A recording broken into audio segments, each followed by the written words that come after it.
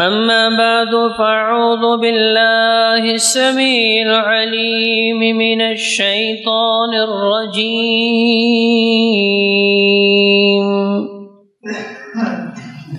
من همزه ونفخه ونفسه بسم الله الرحمن الرحيم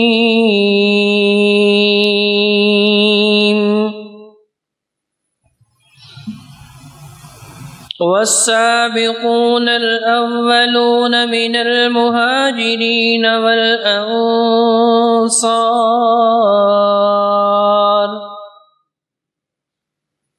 والذين اتبعوهم بإحسان رضي الله عنهم ورضوا عنه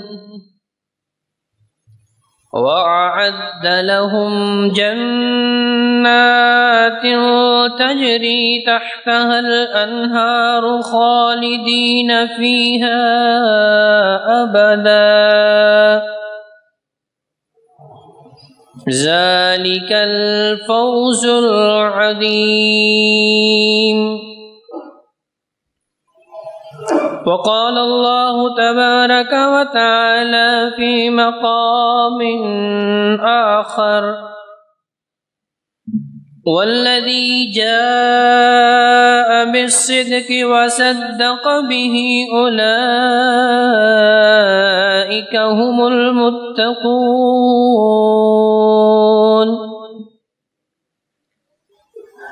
لهم ما يشاءون عند ربهم ذلك جزاء المحسنين.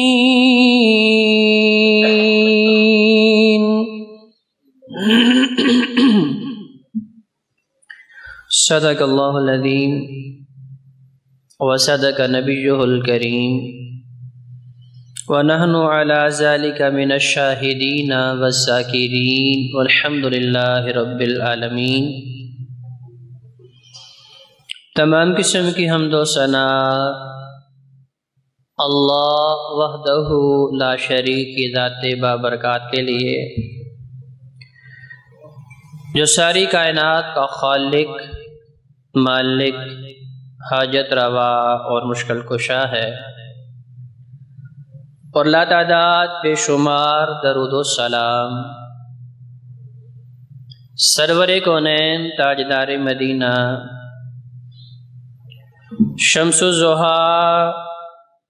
بدر العلا حبیب کبریا جناب محمد الرسول اللہ صلی اللہ علیہ وآلہ وسلم کی ذات مقدسہ مطہرہ پر اللہ رب العزت نے اس انسان کو پیدا فرمایا ہے تو اللہ رب العزت نے اس کی کامیابی اور ناکامی کے اصول بھی بتا دیے ہیں. اب وہ کامیابی دونوں لحاظ سے ہے کہ وہ زندگی جو ہم اس دنیا کے اندر گزار رہے ہیں اس کی کامیابی بھی انہی اصولوں میں ہے، اور دوسری زندگی جو قبر اور حشر کی زندگی ہے اس کی بھی کامیابی و کامرانی انہی اصولوں کے اندر ہے. کیونکہ اللہ رب العزت یہ چاہتے ہیں کہ اللہ کے بندے اس کی رضا کو حاصل کرتے ہوئے، اس کی خوشنودی کو سمیٹتے ہوئے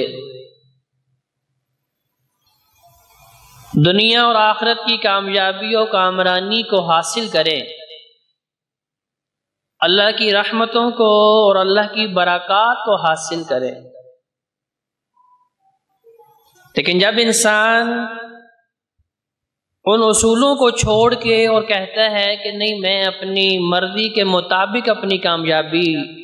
تلاش کروں گا اور اپنی خواہشات کے مطابق، اپنی عقل کے مطابق اور اپنے علم کے مطابق اپنی کامیابی تلاش کرتا ہے تو پھر اسے وہ کامیابی نہیں ملتی جو کامیابی اللہ کا الحاکمین اسے دینا چاہتے ہیں۔ اللہ رب العزت نے انسانوں کی رشد و ہدایت کے لیے انبیاء اور رسول مبعوث فرمائے، اور ان انبیاء اور رسولوں میں سے سب سے اعلیٰ، عرفہ، بہترین مقام اللہ نے اپنے محبوب پیغمبر جناب محمد الرسول اللہ صلی اللہ علیہ وآلہ وسلم کو عطا فرمایا۔ تو گویا کہ تمام مخلوقات کے سردار، تمام انسانوں کے سردار اور تمام انبیاء کے بھی سردار اللہ نے اپنے محبوب علیہ السلام کو بنایا ہے۔ تو جو بات اللہ کا محبوب پیغمبر کر دے، اس کا مطلب یہ ہے کہ وہ بات من جانب اللہ کی طرف سے ہے، کیونکہ اللہ کا الحاکمین نے اس بات کی گارنٹی خود دی ہے، وما ينطق عن الهوى ان هو الا وحی یوحی، کہ یہ ہمارے محبوب ہیں اسی لیے کہ جب تک ہم حکم جاری نہیں کرتے ان کی زبان حرکت میں نہیں آتی، جب تک ہم اپنا فرمان، جب تک ہم اپنا حکم ان تک نہیں پہنچا دیتے ان کی زبان جنبش میں نہیں آتی۔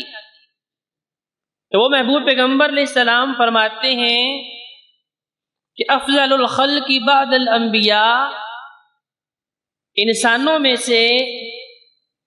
انبیاء کے بعد سب سے بہترین ہستی کون ہے؟ وہ نبی کریم علیہ السلام کے سفر و حسر کے یار ہیں، نبی علیہ السلام کے خلیل ہیں، نبی علیہ السلام کے رفیق ہیں۔ آج ہم نے اسی نقطے کو سمجھنے کی کوشش کرنی ہے کہ انہیں یہ مقام اللہ رب العزت نے کن خوبیوں کی بنا پہ عطا فرمایا ہے، کیونکہ اللہ کا الحاکمین کا اصول ہے من جد وجد، کہ انسان جو کوشش کرتا ہے اللہ کا الحاکمین اس کا صلہ بھی دیتے ہیں۔ اب ایک بندہ کوشش کر رہا ہے لیکن اس کوشش سے پہلے جو شرائط اللہ کا الحاکمین نے بتائیں سورہ عصر کے اندر، کبھی سارے کے سارے انسان خسارے میں ہیں، الا الذین آمنوا وعملوا الصالحات، سوائے ان لوگوں کے جو پہلے ایمان لاتے ہیں اور ایمان کے بعد عمل صالح کرتے ہیں، وتواصوا بالحق وتواصوا بالصبر، پھر حق کی دعوت دیتے ہیں، اور پھر ان تین کام کرنے کی وجہ سے ایمان، عمل صالح، حق کی دعوت، اس کے راستے میں پھر جو بھی مشکلات آتی ہیں، جو بھی مصیبتیں آتی ہیں انسانوں کی جانب سے، اس کے سامنے جو بھی رکاوٹیں پیدا کی جاتی ہیں، وتواصوا بالصبر، اس کے اوپر پھر وہ صبر کرتا ہے۔